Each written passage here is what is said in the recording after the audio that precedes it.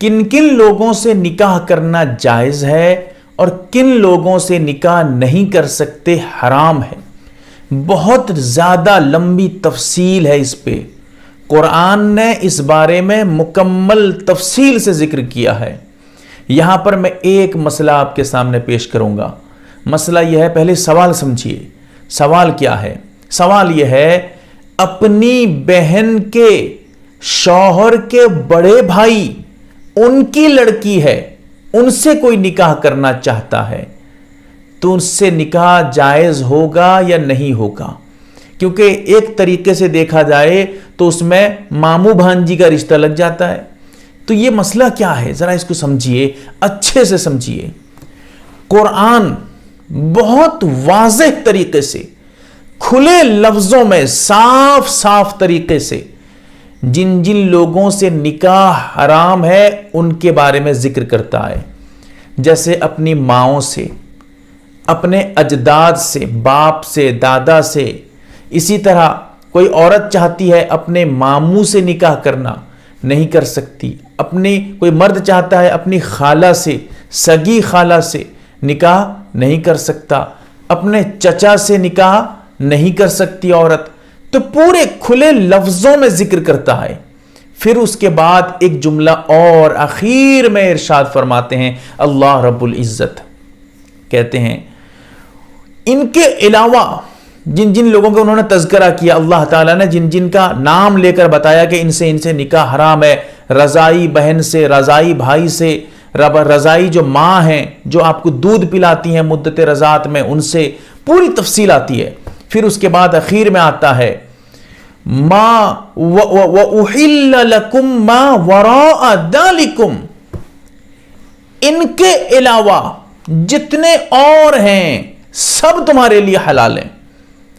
پتہ چلا کہ کچھ ایسے ہیں جن سے نکاح حرام، ان کو چھوڑ کر اور سب سے نکاح حلال ہے۔ سورہ نساء میں پوری تفصیل ہے، دیکھ لیجیے گا اس کی تفصیل۔ اس آیت کی آپ تفسیر دیکھنا چاہیں، تفسیر مظہری میں جلد نمبر 2 صفحہ نمبر 66 پہ، تفسیر ابن کثیر میں جلد نمبر 1 صفحہ نمبر 474 پہ، اس کے علاوہ بہت سی کتابوں میں، فقہی کتابوں میں پوری تفصیلات موجود ہیں، آپ دیکھ لیجیے گا۔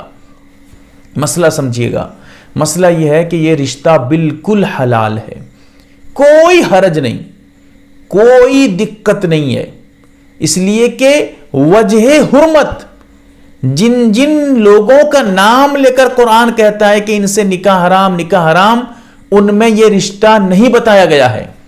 جب یہ رشتہ نہیں بتایا گیا ہے تو پھر قرآن اخیر میں یہ کہتا ہے وَأُحِلَّ لَكُمْ مَا وَرَاءَ ذَلِكُمْ، ان کے علاوہ جو کچھ ہے سب تمہارے لیے حلال قرار دے دیے گئے ہیں، تم نکاح کر سکتے ہو۔ لہٰذا یہ نکاح درست ہے، جائز ہے، کوئی دقت نہیں۔ یاد رکھیے گا، کبھی کبھی رشتہ لوگ اپنے لفظوں میں کر لیتے ہیں، لیکن نہیں، ان کے لفظوں کا کوئی اعتبار نہیں ہوگا، لوگوں کے الفاظ کا کوئی اعتبار نہیں ہوگا۔ مثال کے طور پہ کوئی آدمی کسی عورت کو کہہ دے کہ تم میری ماں ہو، تو کیا اس سے نکاح حرام ہو جائے گا؟ حقیقت میں وہ ماں بن جائے گی؟ نہیں بن سکتی۔ اگر کوئی کہتے ہیں کہ میں اس کو بہن بنایا ہوں، تو بہن بنا لینے سے کیا وہ حقیقی بہن بن گئی؟ جو حقیقت میں ماں کے پیٹ سے پیدا ہوتے ہیں، دونوں ایک ہی بطن سے ہیں، ایسی بہن بن جائیں گی؟ نہیں بن سکتی۔ تو بہن صرف زبان سے کہہ دینے سے بہن شریعت میں نہیں مانا جائے گا۔ شریعت جن کو بہن مانے انہی کو بہن مانا جائے گا، انہی سے نکاح حرام ہوگا۔ کوئی زبان سے کہہ دے کہ ہم دونوں تو بھائی بہن ہیں، نہیں ہے، نکاح بالکل حلال ہے اس سے، اگر وہ اجنبی عورت ہے۔ اگر واقعی میں بھائی بہن ہے پھر کوئی بات نہیں ہے۔ دیکھیے، جیسے کہتے ہیں کہ بھائی ماموں سے نکاح کیا ہے؟ حرام ہے، لہٰذا ماموں کی لڑکی اس سے کیا ہے؟ بالکل حلال ہے نکاح۔ چچا سے نکاح کیا ہے؟ چچا سے نکاح حرام ہے، لیکن چچا کی لڑکی سے بالکل نکاح حلال ہے، کوئی دقت نہیں۔ جیسے مثال کے طور پہ ایک چیز اور سمجھیے، اللہ کے نبی صلی اللہ علیہ وسلم کے چچا حضرت ابو طالب، اسی طرح حضور صلی اللہ علیہ وسلم کے چچا زاد بھائی کون ہیں؟ حضرت علی رضی اللہ تعالی عنہ۔ حضرت علی رضی اللہ تعالی عنہ یہ حضور کے بھائی لگتے ہیں، لیکن چچا کی طرف سے بھائی لگتے ہیں، ڈائریکٹ بھائی نہیں ہے، چچا کی طرف سے بھائی ہیں۔ اور حضرت علی کا نکاح ہوتا ہے کس سے؟ حضرت فاطمہ رضی اللہ تعالی عنہا جو حضور کی بیٹی ہیں۔ ایک طریقے سے دیکھیے رشتہ کیسے لگ رہا ہے، کس طریقے کا رشتہ لگ رہا ہے؟ حضور کے بھائی بن رہے ہیں حضرت علی اور حضور کی بیٹی سے نکاح کر رہے ہیں۔ نکاح کیا ہونا چاہیے؟ حرام ہونا چاہیے، لیکن حرام نہیں ہے۔ کیوں حرام نہیں ہے؟